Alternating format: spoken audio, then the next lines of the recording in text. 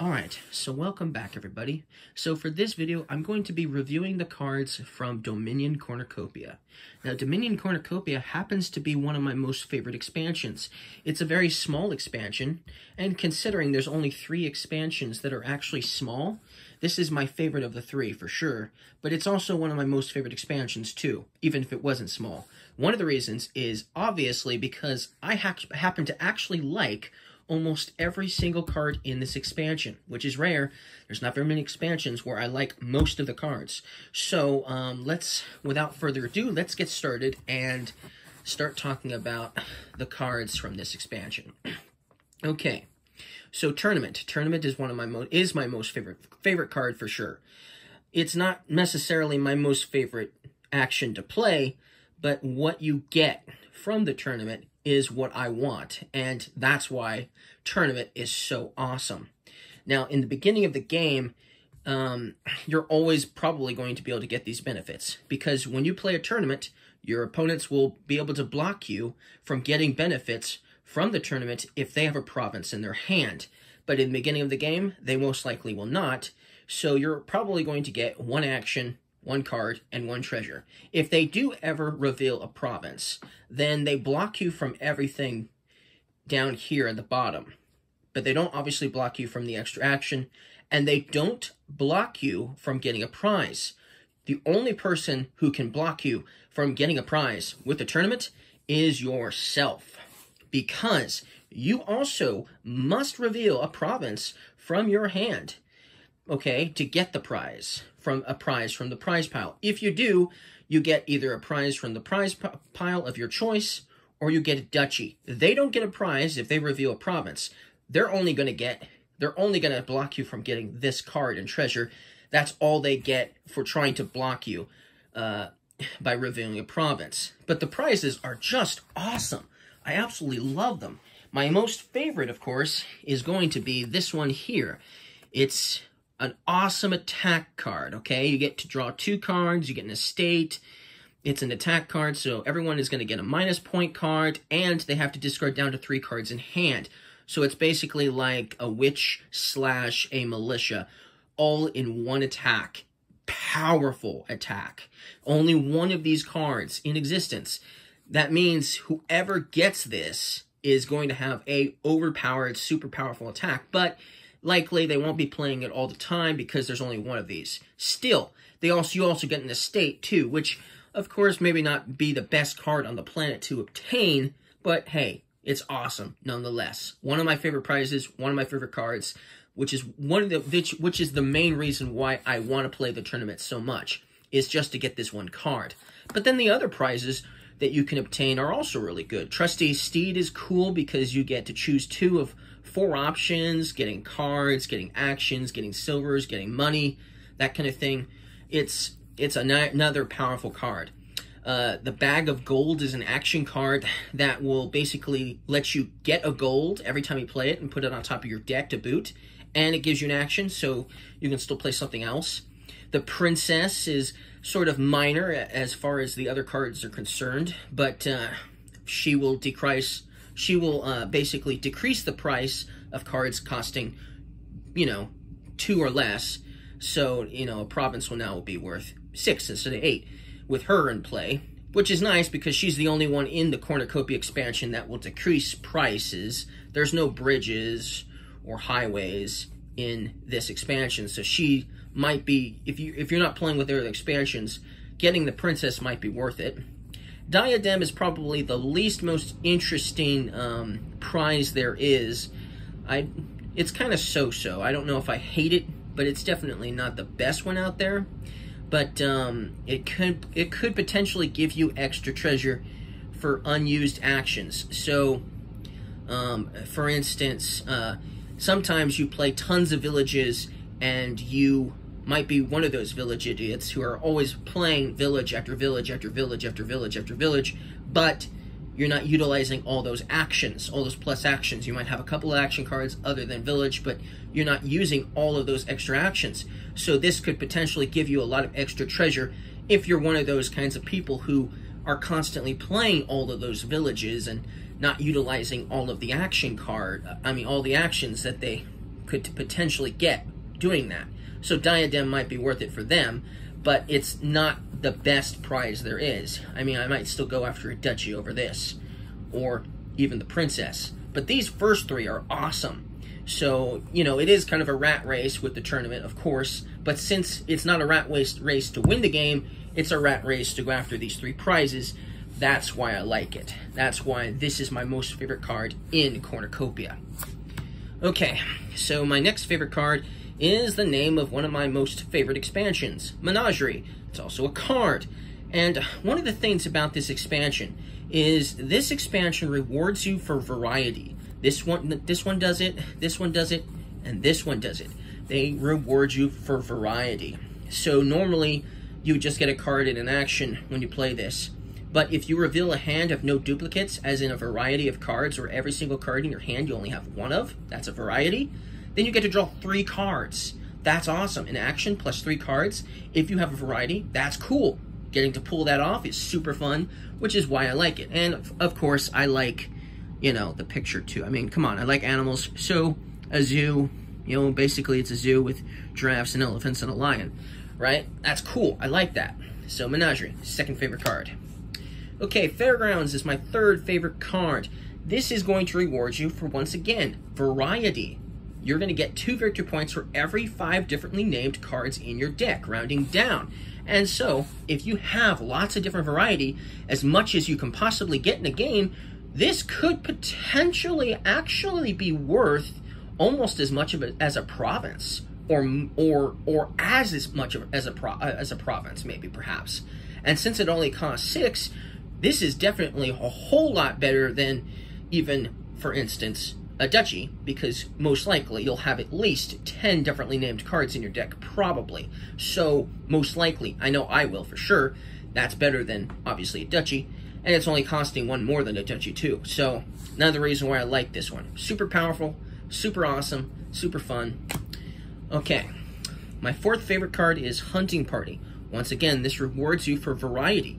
You reveal your hand, and then you're going to reveal cards from your deck until you reveal something that isn't a duplicate. So, hey, if you had a gold, a silver, I mean, if you had a copper and a silver and a few different actions, and maybe an estate too, and you use the Hunting Party, well, then basically, you're not going to get, obviously, an estate, and you're not going, if you reveal it, you're not going to get it. If you reveal a copper, you're not going to get it. If you reveal a silver, you're not going to get it, which ensures that potentially you're going to get something good, like a good action card, or a gold, or something that you just don't have in your hand, obviously.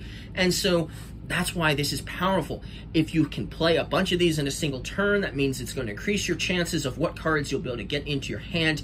You're only limited to the amount of differently named cards that you have in your deck, obviously, when this card is concerned, which is most likely not going to happen. You're most likely not going to go through your entire deck several times looking for cards that no longer, obviously, exist in your hand because they're all in your hand. So, but that I absolutely love this card. And since it gives you a card in action, you can just keep playing Hunting Party after Hunting Party.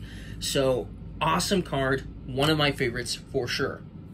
Now, the Crocodile replaced, I forget what it replaced, actually. I can't remember the name of the card it replaced, but I didn't like it. I know that. And the card I made is Crocodile. Now, one thing about this particular card is it has a unique setup. The original card did as well, which basically adds an additional kingdom card to the supply, costing up to 3 treasure. So instead of playing with 10 kingdom cards, you're going to play with 11 kingdom cards if you're playing with this particular card, the Crocodile. And not only that, but if you're playing with Fairgrounds, that increases the chances that you can have an extra differently named card in your deck. Obviously, thanks to the Crocodile, because now you're going to have an extra kingdom pile. Now, that's not all that's interesting. That's not all that's interesting about the card, because this is an attack card. And even though you could use a reaction to block an attack like this, if you had that extra action card costing up to 3, you're going to put this hippo on top of it. Now, they finally decided to do something about the original card, and they made it so that way you could easily mark whatever, supply pile it is, some sort of Bane card or something like that, to indicate that a particular pile was going to be the card that could block this attack. But I thought, thematically, crocodiles are only afraid of one thing, and that is hippos. So, you know, putting this was a no-brainer on top of that particular kingdom card. So now, basically, you can, you know, block the crocodile if you have that particular card, whatever that may be, which happens to be the hippo, that has been dubbed the hippo, which is really cool. I like the idea, which is why I came up with this as a replacement. I thought that was a really smart move on my part. So yeah, you can block the attack, so you don't gain a wasteland. But still, that's cool. Or a curse, -point card, regardless. Doesn't matter. But that's cool. Awesome. So that's another reason why I like this card. Awesome card. Unique as well. Okay, so Farming Village is probably one of my favorite village variants there is, okay? Because you'll reveal cards from your deck until you reveal an action or a treasure, and you get to put that into your hand, and then everything else gets discarded. So it ensures that you're going to get a treasure card or a action. Now, of course, if you still have a lot of coppers, there's a good chance that it'll be a copper anyway. But still, this means that you won't have to worry about getting a victory point card that does nothing for you. So, better than the simple village, for sure. Which is why it's one of my favorites. Okay, the Jester. Now, the Jester is a fun little attack, because if the player reveals the top card of their deck and it happens to be a victory card, they're going to get a -point card in its place. But if it's something else, then you have two choices here. Depending on what it is, you can choose to gain whatever they reveal, a copy of it from the supply, or they gain a copy of whatever they reveal. So, hey, they revealed a copper. Yeah, sure, gain another copper. I love sharing coppers with everyone, so yeah, sure, get yourself another copper. Ooh, it's a gold. No, I think I'll gain the copy of the gold. Thank you very much. So it's a really interactive attack for sure, and if you're playing with other players, more than just two people, ooh, man, who knows what you're going to get with this awesome attack. Who knows, you know, or who knows what your opponents are going to get, for that matter. So fun card. Definitely one of my favorite attacks out there. Jester. Okay, so Horse Traders. The action's okay, but the reaction is really cool. It works with any attack. When a player plays an attack and you have Horse Traders, you can reveal this from your hand, okay? And then if you do, you set it aside from your hand. So now it's out of your hand, okay? That means whatever attack they're hitting you with, if it's a militia, you discard down to 3 cards. Well, now you only have 4 cards in your hand, most likely. And so you're only discarding 1 card, and this one is just getting set aside. Cool, right? If it's another attack, you know, trashing cards or gaining a wasteland, doesn't matter. You'll still have 4 cards in your hand. That's fine.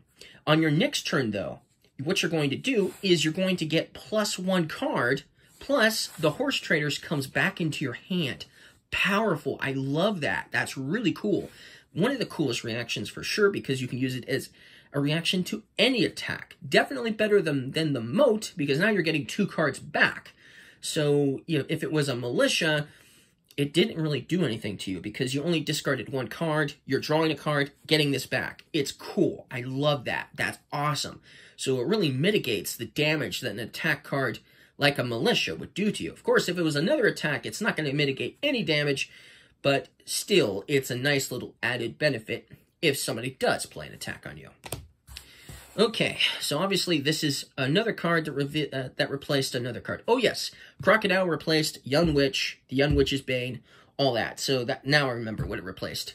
This replaced Fortune Teller. Now, I didn't like Fortune Teller either, but I kind of thought it was a thematic choice to replace this with Desert, because as you're journeying through the desert, so to speak, thematically, you're not going to get out of the desert until you find some green grass, until you find something that's not a desert, you know, an estate maybe. Ooh, you're out of the desert for sure if you find an estate. You're out of the desert if you find a duchy or a province for sure. And so what this attack card does is it makes you reveal cards from your deck until you reveal a victory card or a -point card, which is still better than a desert. And then you put that back on top and you discard the rest of the cards that you revealed. So I thought it was kind of a thematic, obviously, replacement for the original card of what this originally was. So, but it's still a fun card to play with. Very powerful. Okay, so the next few cards are so-so. Now, this is the better of the so-sos because, you know, you can discard some cards for either an extra action or an extra buy, which is really cool. Got a couple of choices there. You get a card. Potentially, you could get 2 actions.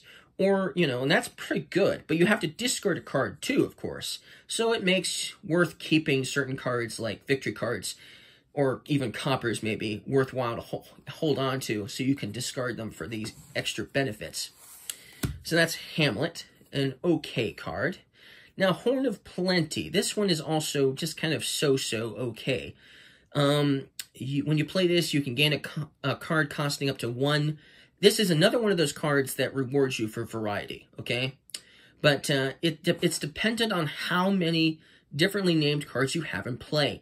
So if you have a lot of actions in play, and they're different, you could gain a powerful card, a good action card, or maybe even a gold, depending on how many of those action cards you had in play. So it's really powerful, obviously, and it also includes this, too, so that's nice as well. So it's already technically going to gain you something costing 1, but hopefully you'll need something, obviously, more than something costing 1. But still, I mean, awesome. That's awesome. Interesting. It's not super awesome, but it's a really cool effect. And once again, this is kind of like an okay card still.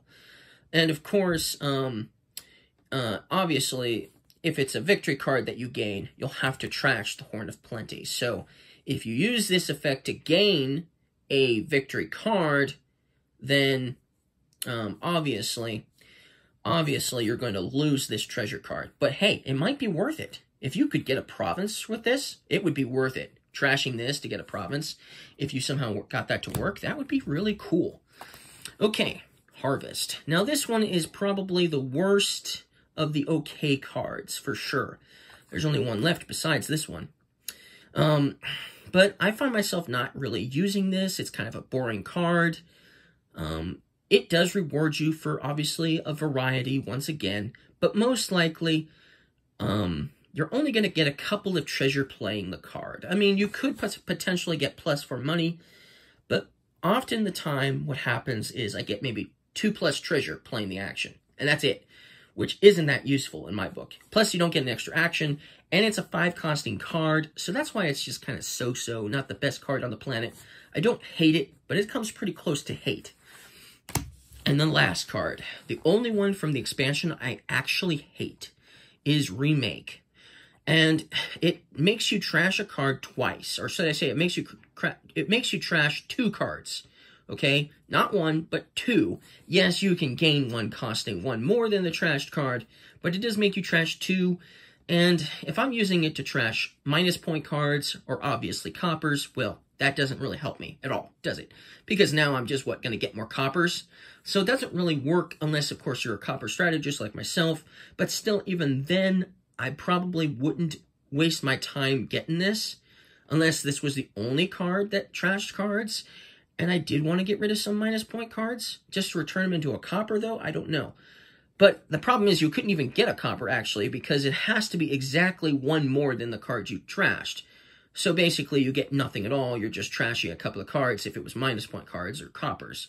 So, you know, no benefit at all if that's what the case is. But that's why I hate it, because it's got to be 2 cards. And, I mean, I would have to have a horrible hand for this to actually be useful. So, yeah, I don't know. I just don't like this. I hate this card. The only card in Cornucopia I hate. So that's all of the cards from Cornucopia. If you guys liked this video, don't forget to leave a like, and I'll see you guys again in the next review.